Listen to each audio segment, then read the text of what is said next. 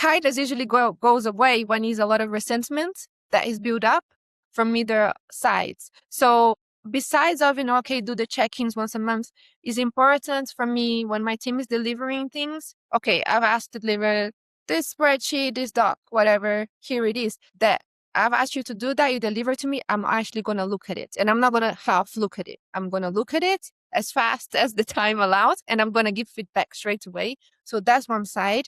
And then also picking up during conversations.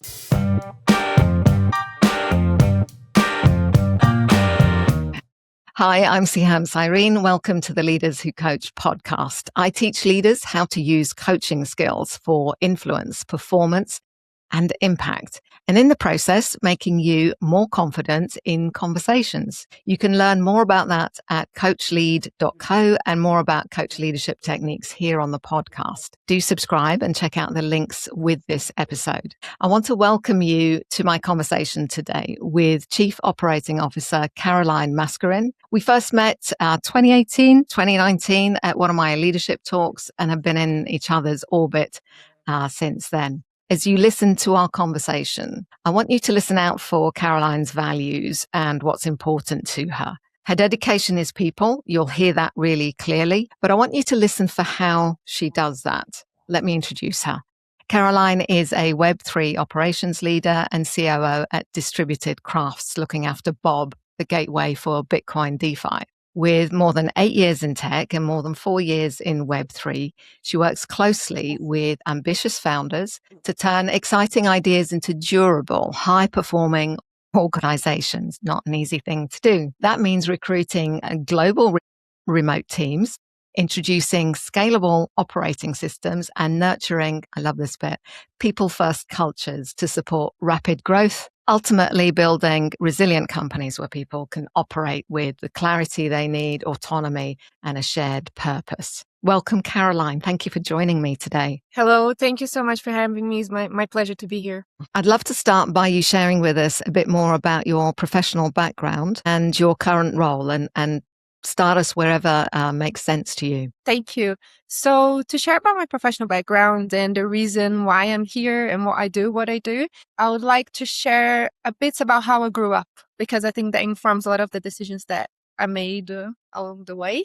So I grew up in Brazil, in a small town in the state of São Paulo. And both of my parents, they used to run a business there, but they were very simple people. They never finished high school or anything like that, but they ran semi-successful, a small business selling clothes to the local communities. So in Brazil, in the early to late 90s, even beginning of 2000s, unfortunately, there were a lot of financial crises, and a specific one that happened in the early 90s was one of the presidents pretty much overnight decided to freeze everyone's bank account. So everyone lost access to their funds, which led to a lot of issues. And one of these issues obviously affected my parents, as a small business was pretty much impossible to survive. So they had to pick up and start all over again. So I was very, very young back then, but even then I had this feeling of like a massive injustice, and I sort of carried that with me. And when I moved to Europe, I ended up in London when I was 16, put myself through college, to university. I've always been really interested in tech, and I always had this issue, like why do we rely so much on centralized bank and centralized government, and who are the people who are trying to solve this problem? So eventually my brother sent me the Bitcoin white paper, and he said, I think you should look into this.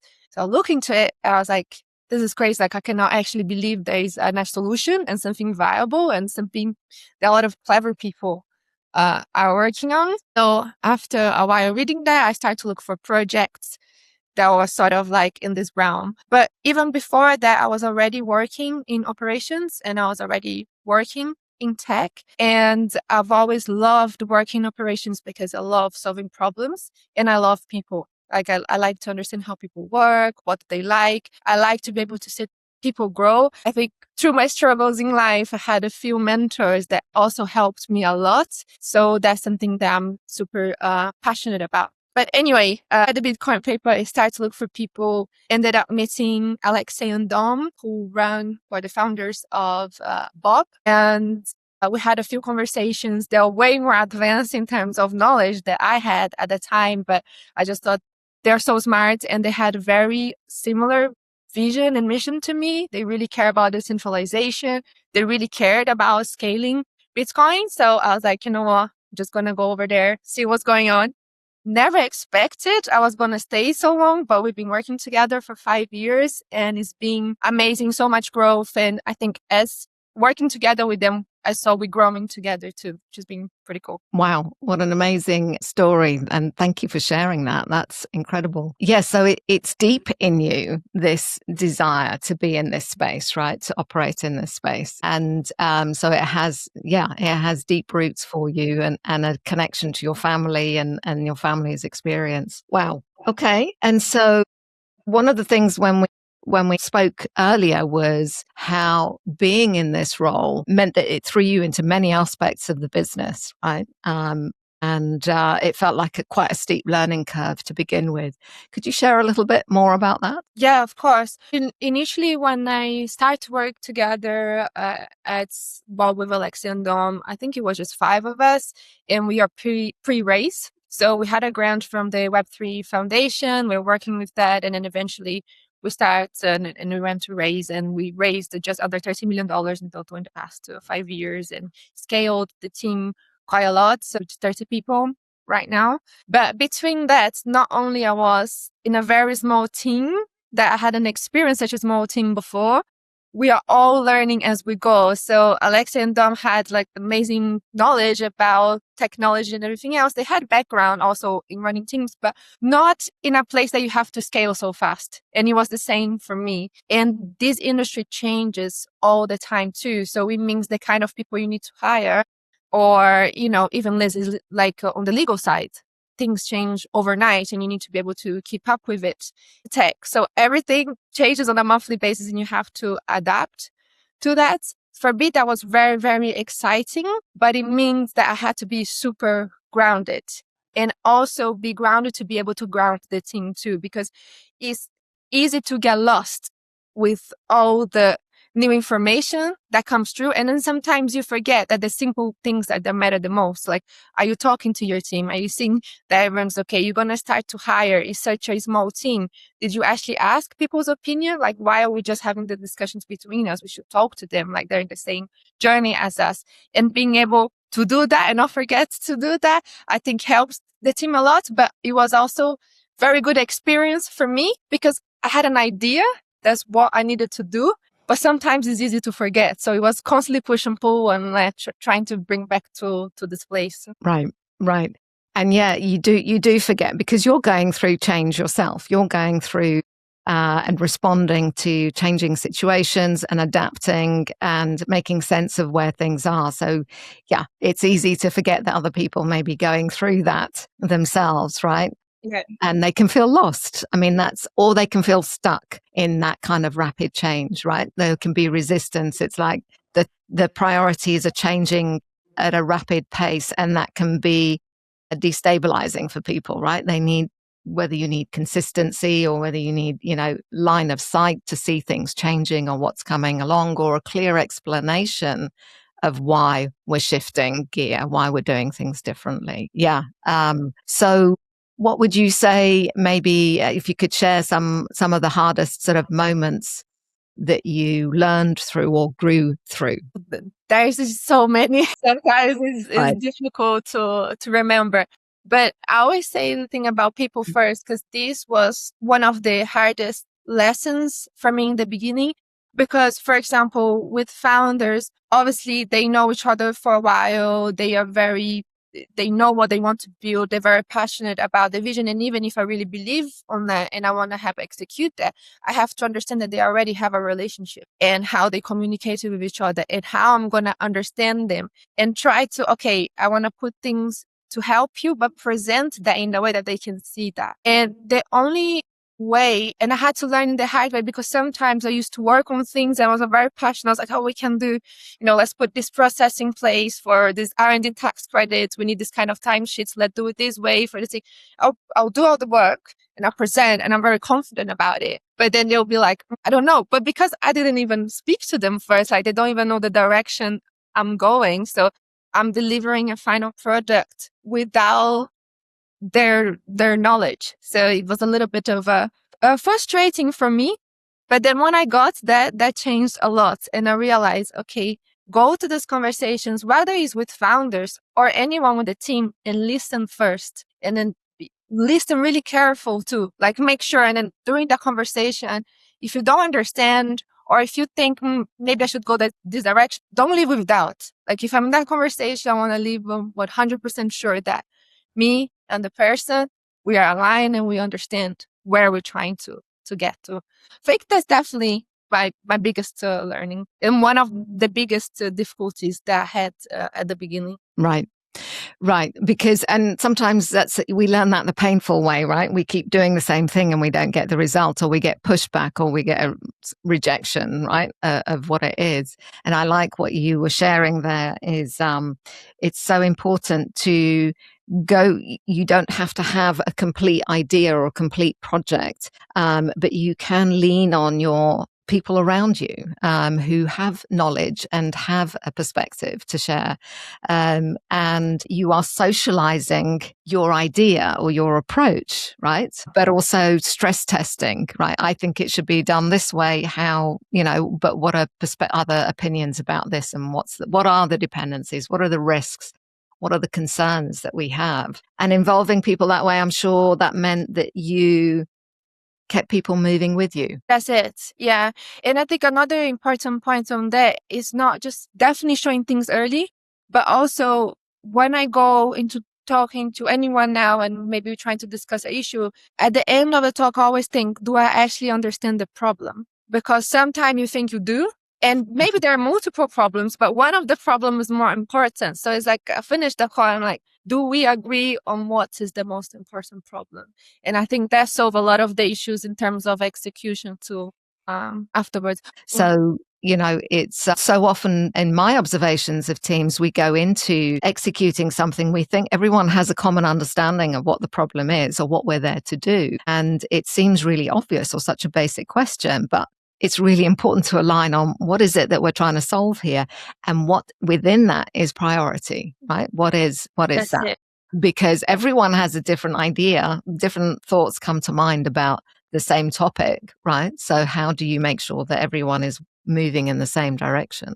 Yeah. That's it. And I think also now, our team always been fully remote. And I think with fully remote teams, so much get lost in translation, and not just remote, fully international. Like we have people from all over the world. So even the way that we communicate sometimes is extremely different. And I think, like you say, these questions that seem very simple, you just have to ask over and over again.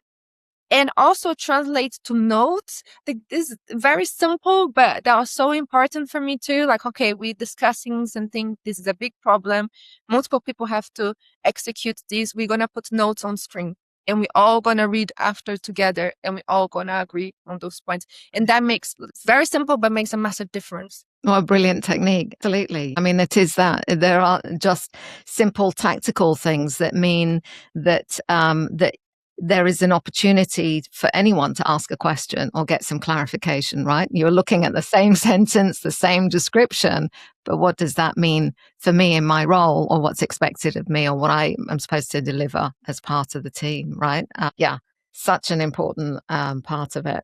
How would you describe your leadership style over the 5 years? How do you feel that's changed or developed or evolved for you? I think it's changed a lot, especially in the past 2 years. And as the team grew, I had to learn that, I always say part of my leadership style is, I like to think, is kindness. I want people to leave the conversation. Sometimes it's a hard conversation, of course, then, no one is going to be cheering and be happy at the end, but I want them to leave with clarity and to understand what's going on and to understand what the next steps are, especially one is a difficult conversation. But also when you're going to give some critical feedback, I think there are so many different ways that you can speak to people that they can get it and they don't have to feel terrible about their own skills, because often it's not about their skills at all. Again, it's misalignments. Like, I want this, you're doing that. Why is this happening? I know you can do this, so let's just make sure we understand each other. So I think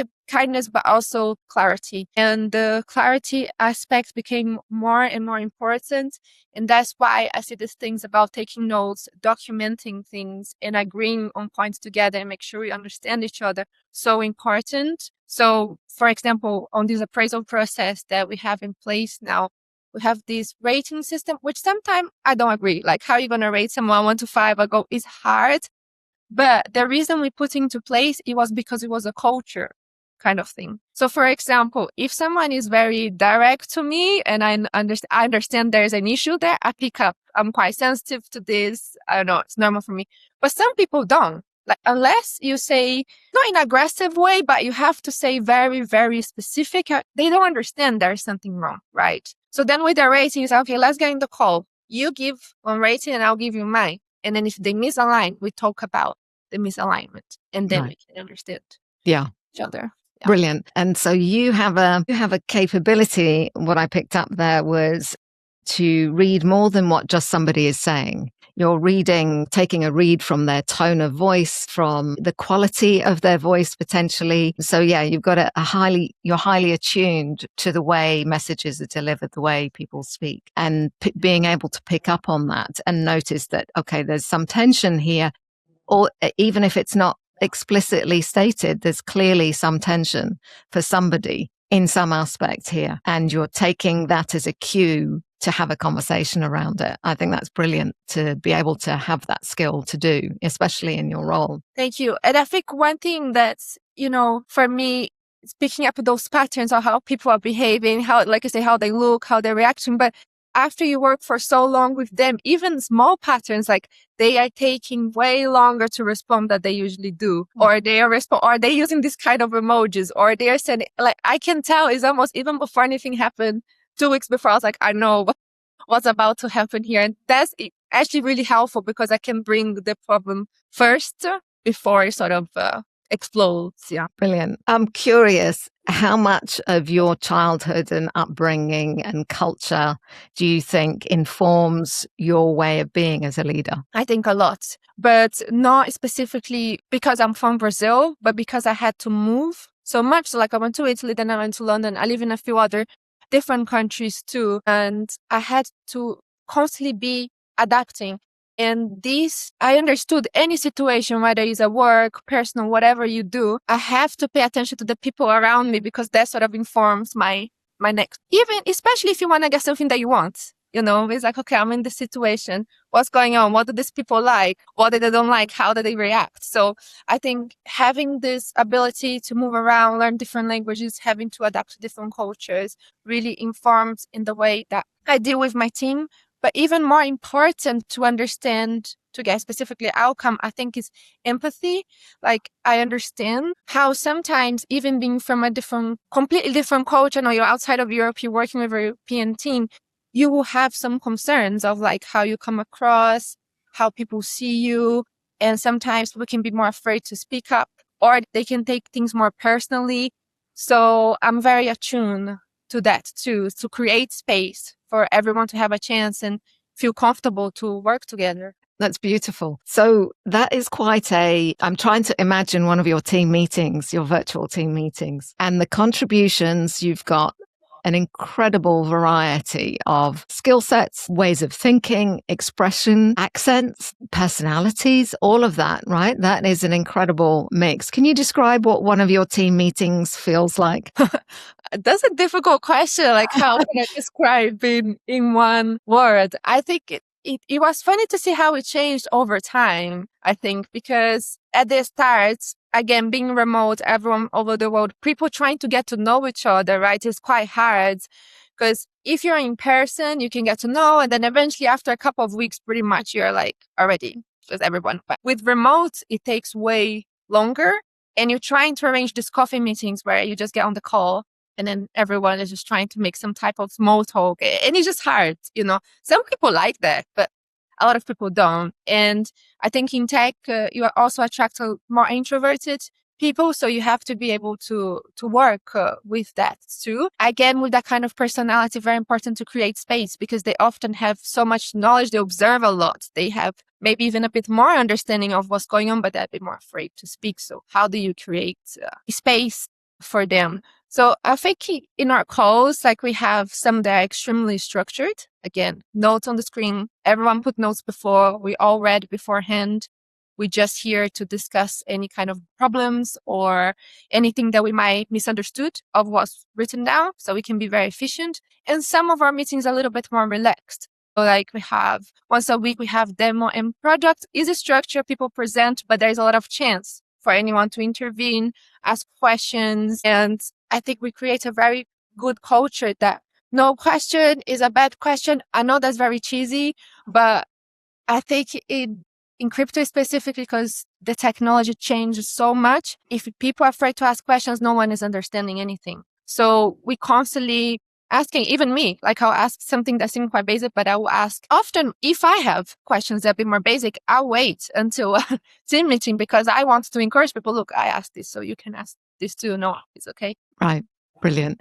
Yeah, I love the description of the different types of meetings for different purposes. We're not trying to do or achieve everything out of one meeting, and recognizing different personality needs. Absolutely. Some people are just not comfortable in a large group. They'll open up and they're way more comfortable one-to-one, right? And so, yeah, just recognizing that and making time for it. Speaking of which, how do you make time for interactions for those structured meetings and the one-to-ones where you notice that actually I need to check in with somebody? How do you manage your time? It's something that we're always working on. Look, not just me, but also Alexei and Dom, because we think it's so important to have these one-to-ones. And every time we went maybe a long period, a couple of months or something, there were times that we didn't manage to do that. It created so many other problems that are necessary. So the way that I see it for me is almost like highest priority. If I don't understand how my team is doing, what they're feeling, not checking in, nothing else matters because nothing else is going to work. But I do this a little bit in a very structured way just to make sure it doesn't sleep. We have with my team once a month. I'm reserving one day of the week and it's just meetings back to back. I'm doing ones-to-ones. I'm making the notes. I'm checking on everyone, picking up on issues. And then if I see someone needs a little bit more attention, that will happen more often. But also because we are remote, for example, with the operations team, we meet up every day for sometimes 10, 15 minutes just in the morning. Are we aligned? Are we happy with the priorities of today? Do we understand where we're trying to get to by the end of the day? Okay. And this way doesn't create a lot of no conflict because we are all in the same page. We understand where we're trying to get. Yeah, brilliant. Just if things are not understood, then there's no way forward. So just there's a variety in the way that you are connecting with people and checking in on people and making sure we're still aligned, especially at the pace that your industry goes at, right? Having regular touch points and just adjusting for they meet a specific purpose. Each meeting, each contact serves something specific. How do you, in those one-to-ones, I'm curious as to how do you grow people in those one-to-ones? What do you see your role as? I always see myself is like in a support role. Like I'm not telling them, sometimes do X and Z or that will come across better, but overall it's more be paying attention on how they're feeling, what they are trying to get to, and then just trying to like balance that on what the company and how okay, do you want to go for a promotion? You're not just talking to me, you're talking. The founder is going to be reviewing. There's other people that are going to be making those decisions. How are you going about communicating this? How are we going to place you in the best position to get to that place? But again, I do believe structure is important and you can have a lot of motivational talks and make sure people are good. But if you don't have a structure and clear, you're doing X now to get to there, you need to do this. People don't understand. And also it's not fair to them because then they are sort of navigating, not know where to get to. But on the other side, what I noticed with remote, because I also do a little bit of coaching to the other team leads. And sometimes people forget that we're not seeing each other in person. So we never get to say, good morning. How are you? How's your day? Where are you now? What's going on? And that is so important because it becomes so dry, the conversation. Otherwise, it makes people really afraid to open up. So go prepared, but leave quite a bit of space to a little bit of personal conversation too. Wow. I think that's, I'm really glad you brought that up, because I think there are different camps, aren't there, about that small talk, about that, how are you doing, and just checking in. And from a leadership perspective, it's a really interesting data point for you to be able to check in on somebody's mood, however you access that information or that data, right? Whether it's talking about something really boring, the weather, what you did at the weekend, whatever that is, but to gauge someone's mood and current state and readiness for being in this conversation, or their presence. Because if they're troubled by a meeting they've just come out of, they're not going to be very focused in this conversation with you, right? And so I try and persuade people to think about small talk as really useful data points that actually allow you to read somebody's energy, state of mind, where they're at, but also to connect on personal stuff. And something you said there, which was spot on, is otherwise conversations become really dry, and people have become fearful of sharing very much about themselves at all, right? But given that you're working so closely with these people, it's so important that we feel we can open up a little bit and share a little bit of our lives, as much or as little as we want. But if all our conversation is business focused or dry, we miss those opportunities to connect. And new people read that as, we don't talk about our personal things. We don't bring our personal lives to work. We don't talk about feelings, is, the biggest sort of red herring in all of that, isn't it? Is we should be able to talk about our feelings. Most people are, there's a lot of people who are uncomfortable in that space of acknowledging somebody's feelings. And therein lies the problem so much of the time, is just because someone's stuck and they're dealing with a complex feeling or a confusing feeling or a contradictory feeling. They've got two thoughts in their minds and are undecided which way to lean into. Feelings are such an important part of our work. I just wondered whether you had any more thoughts about that, and because you put it so beautifully. We can't talk about dry stuff all the time. Oh, thank you. I love the way that you just explained everything just now as well. For me, another point I had on that is when it's crunch time. So like on the busiest times that is coming up, that's when this is the most important. And that's what most leaders tend to forget, because, they will get on the call, like everyone's so desperate to get everything done. But if you don't check on people, like maybe they have done overtime, maybe there's other things going on.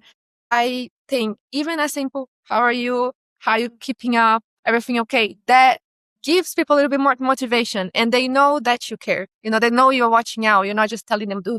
Like, no, I also care about your well-being. Like, is everything okay? You keeping up okay? Is it too much? No, because sometimes also if you don't ask, if you don't know how they're feeling, you don't know if it's too much. And then it builds up. We need to deliver. We can't, because yeah. And if they don't tell you, you can't do anything about it. If you don't create the moment for them to open up, you can't do anything about it. That's it. And so it's a responsibility, I believe, of leadership to be able to create that space for people to feel like they can open up and have that conversation. And we like people to remember the things that are important to us, right? So it's a balance as well. It's how we negotiate our workloads. It's how we negotiate our lives, and that balance between work and living, right? And our family lives and friends. Yeah. I'm sure we could talk at great length about that. One of the topics that you touched on previously in our conversations is giving feedback. And what I picked up from that was that you took great care in how you express that. And I think folks listening to you so far can see that actually because you are attuned to people's nonverbal cues as well as what they say, you have a great awareness of how information or communication or a message is received. And given that you started off at the very start saying kindness is a big part of who you are, I'd love you to just talk more about, how do you give feedback? What's important to you? I was just, as we were talking, I was just thinking, like, how can I define this kindness a bit better, right? Because it can be so broad and it can mean so many different things for people. But I think for me, it's not kindness and transparency. Is kindness is transparency. Like, if you can be transparent and if you're paying attention and you give feedback early, that's what matters the most, because then you don't let those things accumulate. And I think kindness usually goes away when there's a lot of resentment that is built up from either sides. So besides of, okay, do the check-ins once a month, is important for me when my team is delivering things. Okay, I've asked to deliver this spreadsheet, this doc, whatever, here it is. That I've asked you to do that, you deliver to me, I'm actually going to look at it. And I'm not going to half look at it. I'm going to look at it as fast as the time allows, and I'm going to give feedback straight away. So that's one side. And then also picking up during conversations. So if I see something, because obviously a lot of our communication is through Discord, similar to Slack. And if I see there's things going on and then my team is involved in different, and I can see mistakes that happen, straight away I'll go and give feedback. Sometimes it can be in the group of people that are discussing, but often I tend to give private. So I'll link the message and I say, look, I think you're taking the wrong direction here. Did you consider X, Y, and Z? And then give them a chance to, go and fix that. And when you do that, people just learn so quickly too, because they're like, okay. Otherwise, to remember all these points after a month you spoke to them is very hard. And then you both know there are things you need to do better. And also as a leader, right, I encourage them to do the same to me. So then when we go to these conversations, we had already addressed most of it, and then we can focus on some other core issues or ways that we can make those kind of things change or not happen again, and so on. Right. So frequent touch points to just check in on again, it's that alignment for you, isn't it? It's like, where's the understanding? Are we heading in the right direction? Has someone misunderstood something potentially? And being able to connect with them in that moment or close to the moment of an event happening, so that they have an opportunity to do something about it, or to give you feedback, presumably as well, and say, no, I actually, this is why I'm doing it this way. So yeah, that immediate feedback, I think, in between your monthly check-ins, your monthly growth meetings with them, I think is super important, right? It's to have that. It's a balance also to not be a micromanager as well. How do you navigate that space? Because if you don't have the right sort of trust levels and so on, some people might perceive that instant feedback as being too close to it. What are your thoughts on that? And I had to learn quite a bit of that, because sometimes I had noticed that people was communicating, delivering something that I wasn't so close to. And I picked up and I'm like, I'm not sure, or trying to bring up the problem. And actually what they did was right. Like, I just didn't have the patience to see it through the end. So one thing that I do, and again, that's why it's so important to get to know the team, to really understand the expertise. So I know what every single person in my team are super excellent at. So with that, I give lots of breathing room. So even if I see there is something that I'm like, I'm not so sure that's the bit, I let them rock with it and see what happens. Mm-hmm. But then when I know that they need to grow still, I address a little bit faster, because that also helps them. Okay, I understand. We spoke about it. I know I have to grow. I'm expecting this kind of feedback more often, but it's a very delicate balance. And I think it's difficult to say there is one method. I think you have to just understand the peoples and adapt according to their personality. Obviously, in really big teams, that's hard. But the idea, at least in my head, how I see it, you act like this, then you train the managers to act like this too. And then every team has this sort of self-contained idea. Okay, I'll get to know my team. I'll be able to give feedback like that. And then eventually we all get in the same rhythm. And maybe just another quick point to emphasize how important is to, if you say you're going to give feedback or something, look into detail, because I had both ways before I get in the position in other roles that I had in other jobs, where managers would come and be like, okay, here's my work. They halfway look through it. They didn't look at my work properly, and then they'll give some quite harsh or very critical feedback. And that kills the confidence so much, because you're like, am I going crazy here? I think I deliver, but they're saying I didn't. And that's really demotivating. So I'm very careful when I say to my team, I will give you feedback. I'll give feedback on time, and I look all the work that they did. Sometimes people like to do too big work, but then you have to explain, look, this is the frame of time I have to review the work. This is where we are trying to get to. Then we also gain the same rhythm to give, deliver things that I can actually review. Right. And that speaks to integrity, doesn't it? Because it is incredibly demotivating when you know what work you've done and your manager hasn't got it, hasn't got the measure of just what you have done or the extent of it or your knowledge. And I'm sure many of us can relate to situations where we've had that, right? And you can experience anything from feeling demotivated to quite angry about it, right? There's an injustice in that. So I think that speaks to your integrity of responding to it and doing as full an assessment or, fully evaluating something so that you are giving the best feedback that you can for where they're at and where they need to grow to, and contracting that. And something that you touched on, which I think is a question I get from leaders a lot, is how much do I coach them? How much do I give feedback? And the answer is always, it depends. It depends on where somebody is at, their readiness for growth, how big a stretch their current task or assignment is, or how capable they are, right? How ready they are. So, and there'll be, whenever they're going through a growth period, there will be moments where their learning curve is steep. And so maybe the check-ins and the coaching that you need to give them is more frequent for a period of time, but it doesn't have to go on forever, right? And so that's how we have to flex as leaders to the different needs at different times, right, of team members, depending on where they're at in their growth. It's been a lovely conversation, Caroline. I do want to ask you, what would you, just to bring our conversation, this conversation, hopefully not the last, to a close, what has been the biggest growth moment for you